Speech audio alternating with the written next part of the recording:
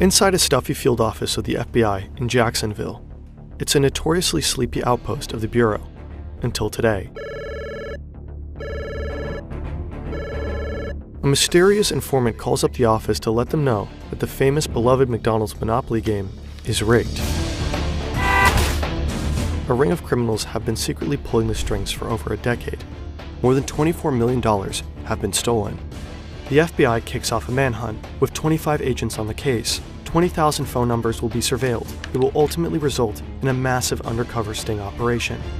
The agents will discover that behind this scheme is a vast network of mafiosos, psychics, strip club owners, and Mormons. But one mastermind sits at the center of it all.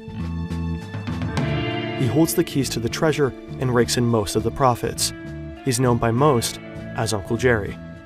How did he do it?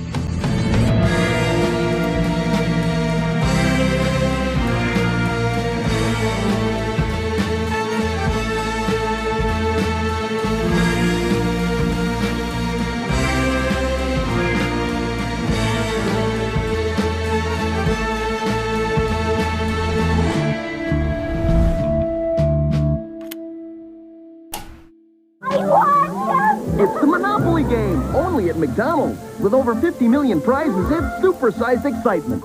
Starting in 1987, McDonald's launched the Monopoly promotion and started putting little game pieces from Monopoly onto their packaging. This is Jeff Maish.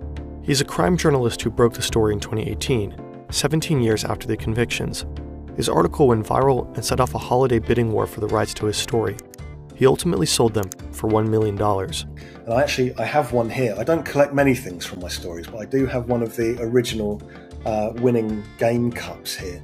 It says "Pull to Play," and on the side you can just see it says, to collect and win, just peel off the game stamp and apply to your game board. And when you've applied enough pieces to your game board and you've won a prize, you mail it off to McDonald's.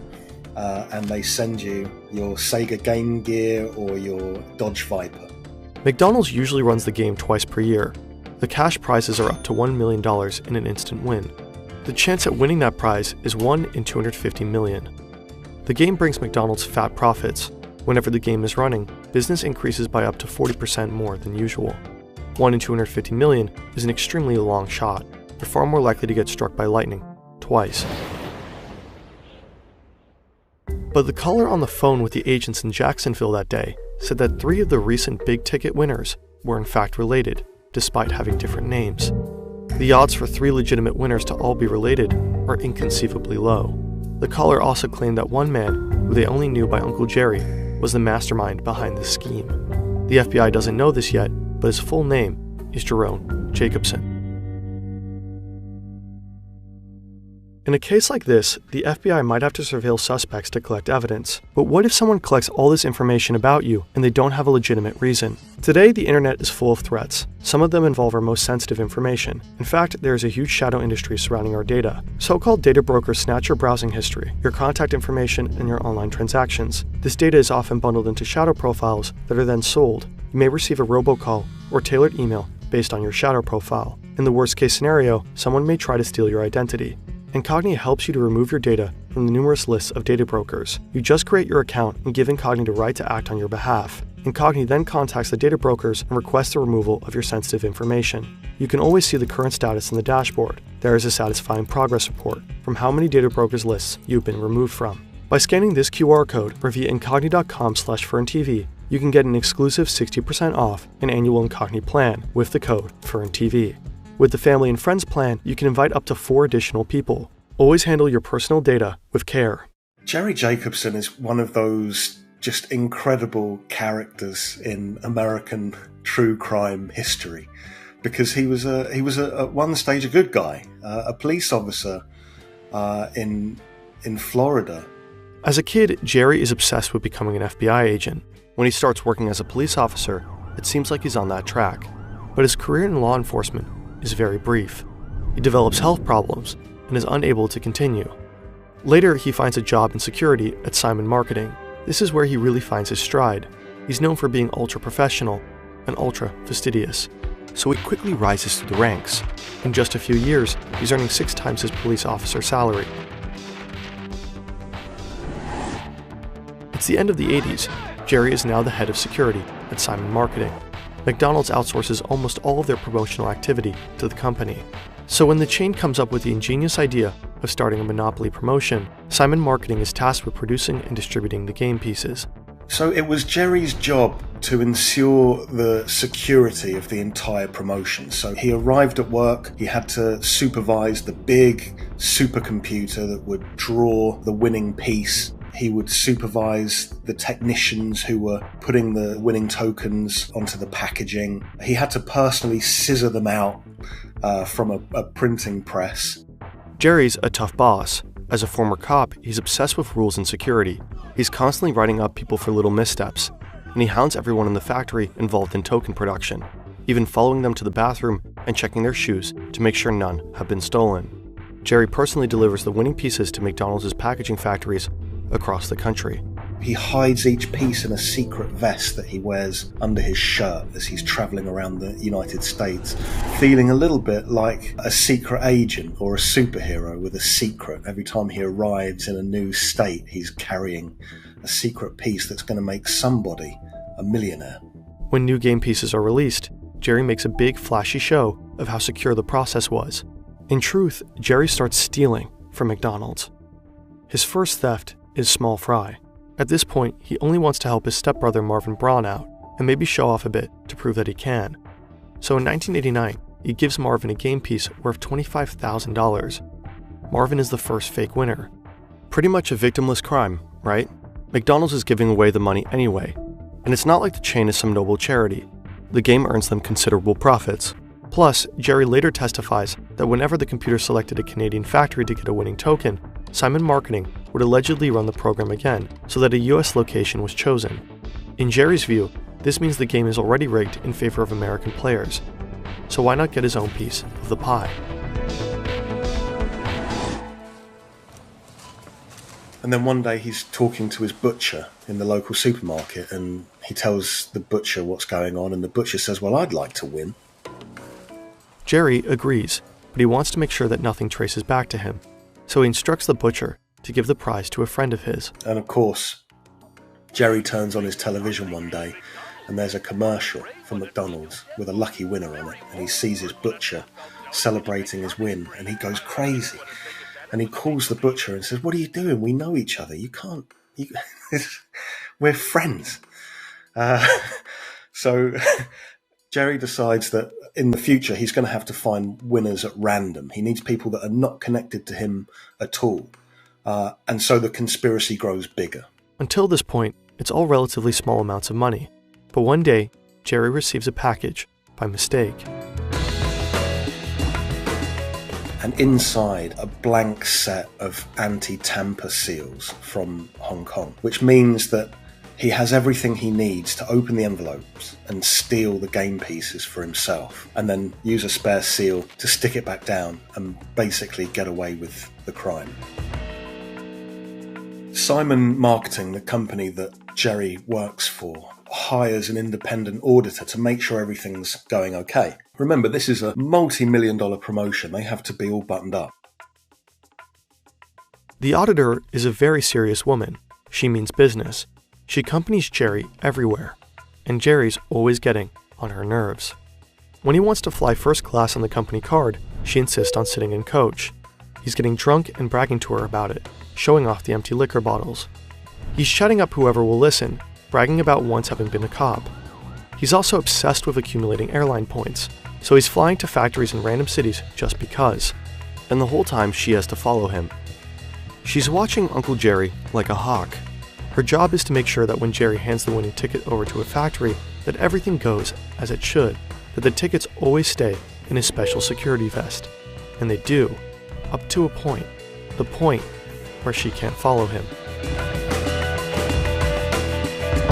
In the men's bathroom, Jerry quits procrastinating.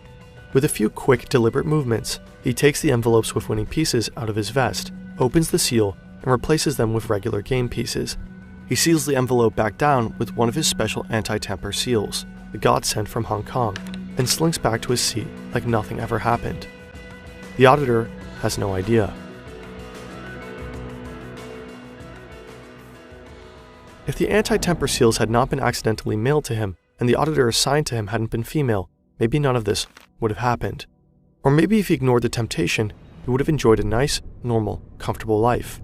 Adjusted for inflation, he was earning over $170K per year in today's money. But he went for it. For Jerry, the opportunity to control the game is no accident. He doesn't believe in accidents. He's a superstitious man. I know that at that time, this is kind of silly. At this time, he starts seeing psychics and mediums to reassure him. He's a strong believer in paranormal and faith healers. So he starts seeing mediums and psychics and fortune tellers. Jerry now has full access to the winning game pieces, but he can't cash them in himself, of course. That would arouse suspicion. He needs to find fake winners who will pay him upfront for the game piece. His butcher, for example, asks a distant friend to pay $2,000 for a $10,000 winning ticket. The higher the prize, the higher the cost. Up to $100,000 upfront for a $1 million ticket. And it works. But quickly Jerry starts to tap through his network. He needs to put distance between himself and the winners.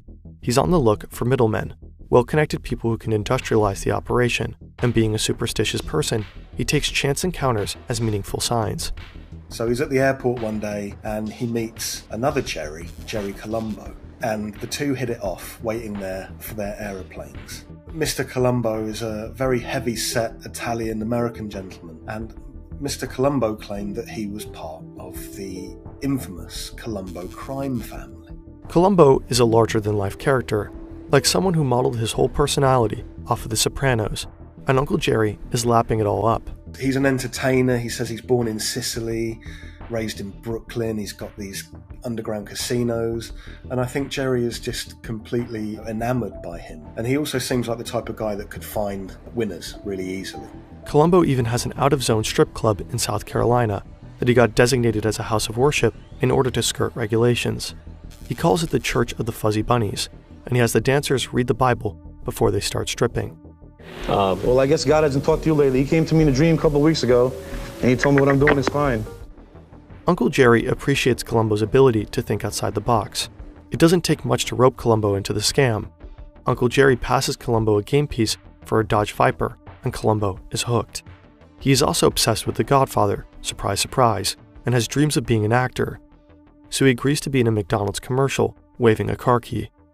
Jerry Colombo won a Dodge Viper, and there are two 1 million... He gets to live out his acting ambitions, but it means he's now too close to the game to profit from it directly, so he has to start finding other winners, which helps the scheme take off for Uncle Jerry. Colombo is brilliant at finding new winners willing to pay, and he sends the majority of the kickbacks to Uncle Jerry. The two Jerrys are making each other very rich. Jerry Colombo keeps picking Italian-American men on the East Coast as winner, and his father-in-law gets a $1 million piece. Not exactly the move of a mastermind mafioso. To make the win seem random, his wife Robin convinces him to get women and people of color winning tickets in other parts of the country. For a while, it's all going so well. But then, everything changes. Things are not going very well in Colombo's marriage. Robin Colombo's feeling like she might not want to be a mafia wife. She's feeling a bit paranoid about life in the mob. And one day she's driving with her husband, Colombo, and suddenly a massive Ford truck smashes into them. And it's a horrendous high-speed crash, and their car is crushed against a concrete wall. Colombo is taken to the hospital, where he takes a turn for the worse. He dies a few days after the crash. Now Uncle Jerry is alone. He's just lost his super recruiter, and he doesn't know it yet, but the FBI is on his trail. Who knows? We don't know. So many people could have called the FBI. A disgruntled winner. Remember, a lot of these winners, their lives changed. One minute they're poor, the next minute they've got $1 million. They're driving around in a Corvette. There's a lot of jealousy. There's now so many corrupt winners out there, dozens of people. They might be drunk, bragging about it at the bar. Uncle Jerry finds new recruiters to replace Jerry Colombo's role. Some are dodgy, like the drug trafficker A.J. Glomb. He's just jumped bond for a 12-year sentence for shipping kilos of cocaine across the U.S., and sells most of his winning pieces to buddies from the drug dealing business. Other recruiters that Uncle Jerry finds are seemingly upstanding, like the Mormon Dwight Baker, a beloved member of his church with no previous criminal record. He's a real estate developer with 5 kids trying to get his dreams for a golf course and a luxury resort off the ground.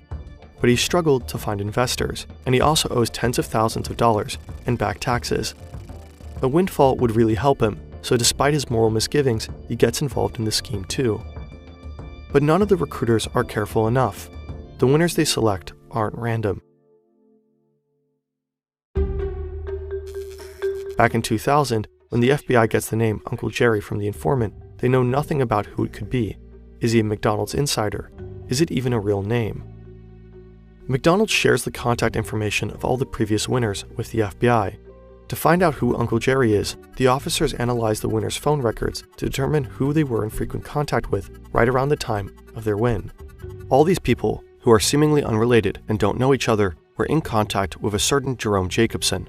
The FBI is sure they found their man, but they need proof, like a taped conversation with Jerry and a fake winner that spells out what they're up to, evidence that no jury could deny. They convince McDonald's to run one more Monopoly game to catch him red-handed. It's certainly a reputational risk for the company. How would the public feel if they found out McDonald's had run a game they knew was rigged? But the company also wants to know who'd stolen millions from them, so they comply. Together with McDonald's, the FBI come up with a McSting. They create 2 big wins worth $1 million each. They then monitor Jerry Jacobson and his network closely and wait for someone to claim the prices. They listen in on a phone call of a friend of the Mormon Dwight Baker, Huey. He says that he plans to sell the winning prize to someone in Texas. This someone turns out to be his brother-in-law, who tries to claim the price a few days later. The second big winner is Michael Hoover. He was recruited by Andrew Glomb, the drug trafficker. Now, Mr. Hoover is bankrupt and a casino pit boss in Rhode Island. So a bit of a sketchy character. So he rings the hotline and says, I found $1 million game ticket. So the FBI and McDonald's decide to go down there to meet him. They knock on the door. They've got a giant check, you know, the comedy-sized checks, and a video crew, and all of the McDonald's staff are actually FBI agents who are undercover. And so they do a television interview, and Mr. Hoover gives this long-winded story about how he found his magic ticket. He bought a copy of a magazine, and the magazine had fallen into the sea, and then he bought another magazine, and the ticket was in there. So the camera crew listened to this very patiently. The men behind the camera are undercover FBI agents, and they give him his prize, and they take all that evidence, and not long after that, the FBI descend and they arrest everyone. So the FBI fans out, they arrest Uncle Jerry at home. Over 50 people were indicted, and dozens of wins were proven to be fake. Jerry admitted on the stand to having stolen 60 game pieces. And for a while, America followed the consequences intensely. So many millions had played the McDonald's game, so people were invested in the story. Burger King tried to get a class action lawsuit together, alleging fake advertisement. The trial began on September 10, 2001. Then the world's attention shifted. There were bigger things to care about than the McDonald's PR scandal. Nearly all of the 53 defendants pled guilty, including Uncle Jerry. Fines were issued and prison time was sentenced. Uncle Jerry got the most, $12 million in restitution fees, and a 37-month prison sentence. Simon Marketing and the printing company who made the tokens were gutted, leaving hundreds jobless. And Dwight Baker was excommunicated from the Mormon Church.